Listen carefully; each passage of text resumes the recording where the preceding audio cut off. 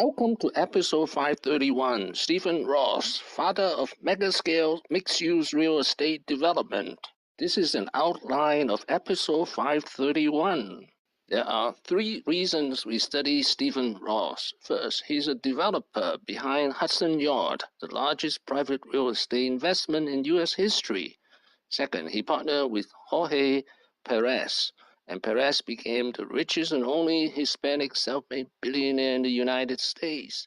Third, he was fired from a $25,000 job in New York before he started his company, Related Company. Let us meet StephenRoss. One I obviously waited for a long time, but we still have a lot more to go. We have another phase, another 6.5 million square feet. Here to date, we've completed 11 million square feet. So it's probably the largest development ever done in the United States. How many tenants do you have now? What's the occupancy look like? Of all the offices that we have completed, we're 100%. Well, I mean, New York is really a place where people want to be, where corporations want to be, where young people want to be. So it was expanding, and it is expanding. And so New York needed a place, a future. And I think, and you look at the office buildings that were here in New York, they were obsolete. Over 70% of the buildings were over 60 years old. StephenRoss was born to a wealthy Jewish family in Detroit in 1940. His rich uncle, Max Fisher, was on the Forbes 400 list for 23 years until his death in 2005. His family moved to Florida. He went to high school there. He was not a particularly good student. He played football in high school. He spent 2 years at the University of Florida, got better grade, and then transferred to the University of Michigan, Ann Arbor. In 1962, he earned a degree in accounting from the University of Michigan.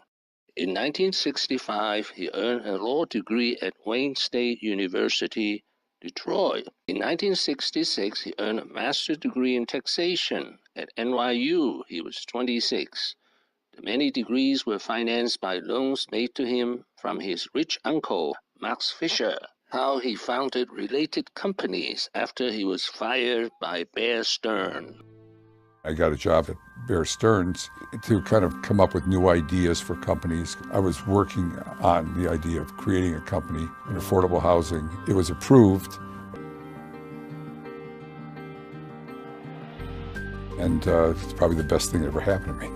I wanted to stay in New York. I didn't want to go back to Detroit. I had no money. I didn't think anybody would be interested in hiring me. So I kind of looked at myself and I said, hey, what are my skills?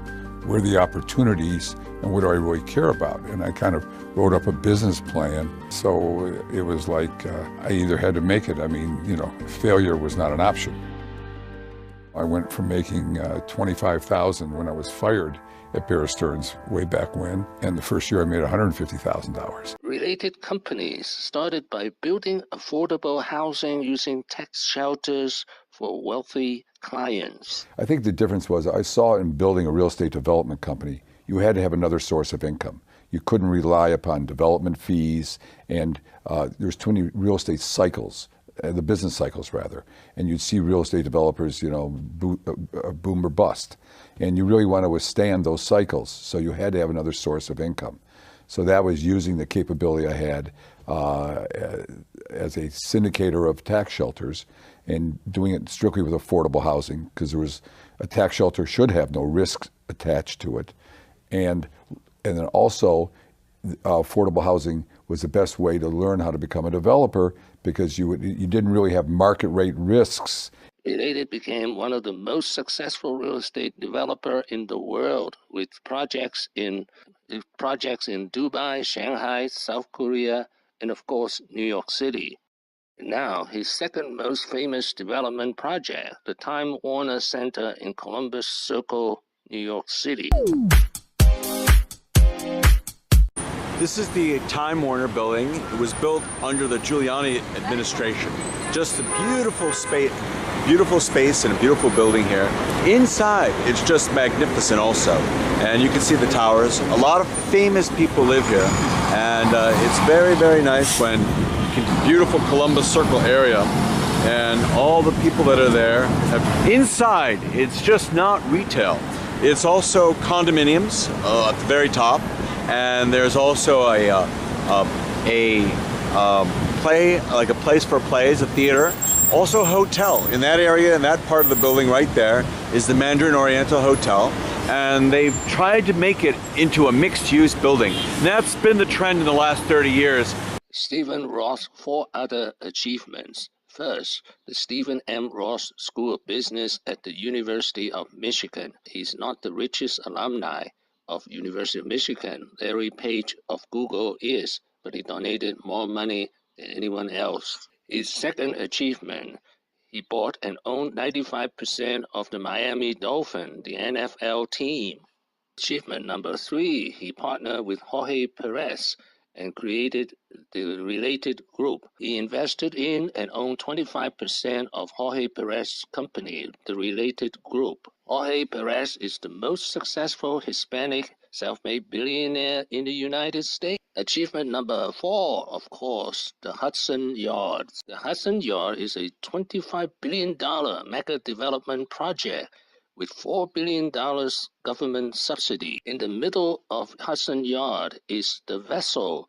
The huge structure is America's answer to the Eiffel Tower of Paris. The major difference with the Eiffel Tower is you can actually walk up the Vessel. Now, in his own words on transformational real estate development. I got involved with real estate because I knew that it would have a lasting impact. There'd be a real legacy of something that we would do.